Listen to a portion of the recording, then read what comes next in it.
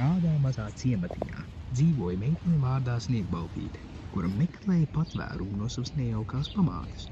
Ejot pa mežu, viņa atrada pavastu mājiņu, un tā sākās pasaka par Sniegbaltīti un 7 akmeņiem.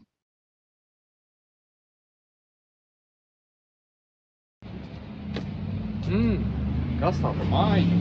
Izskatās tukši.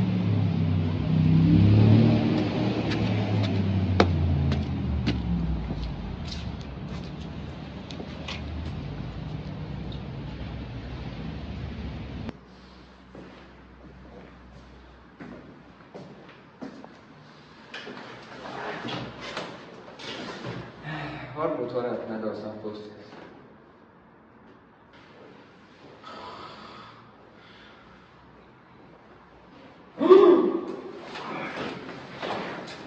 Kas jūs esat? Mēs esam ieži. Kas ir ieži?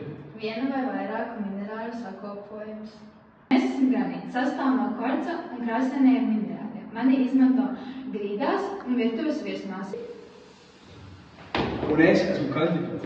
Radies no ogliskāpā kalcija, mani izmanto papīra, stikla un ziepju rūpniecībā. Kas tu esi? Es esmu smilšakmens, ļoti smalks.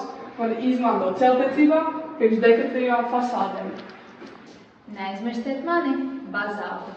Es esmu radies no vulkāniem, ceļi un tilti, tie nāk no manis. Es esmu balts. Es varbūt neizturpāju īpaši, bet no manī var daudz ko uztaisīt. Piemēram, keramikas traukus, flīzes un ķieģeļus. Un kāds to esi? Es esmu vislabākais. Es rados, kad zemes dzīves tiek pakļauts augstums spiedienam un temperatūrai. Kāpēc tu domā, ka tu esi vislabākais? Jo mani izmanto mākslā priekš pieminekļiem un skulptūrām. Ko jūs te muldat? Ķīpšakmens ir vislabākais. Esmu nogluma iezis, bet ļoti rets, un mani izmanto medicīnā. Vai es varu palikt pie jums? Es varu palīdzēt mazgāt.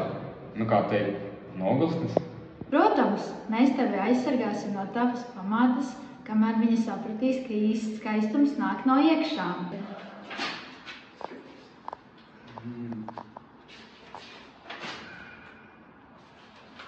Un tā Sniegbaltīte vairs nebija viena. Viņa dzīvoja kopā ar gudriem iežiem, iemācījās par zemes bagātībām un dalījās ar savām zināšanām ar citiem. Kas tā pa māju? Izskatās tukši. Bet es esmu smilšakmens.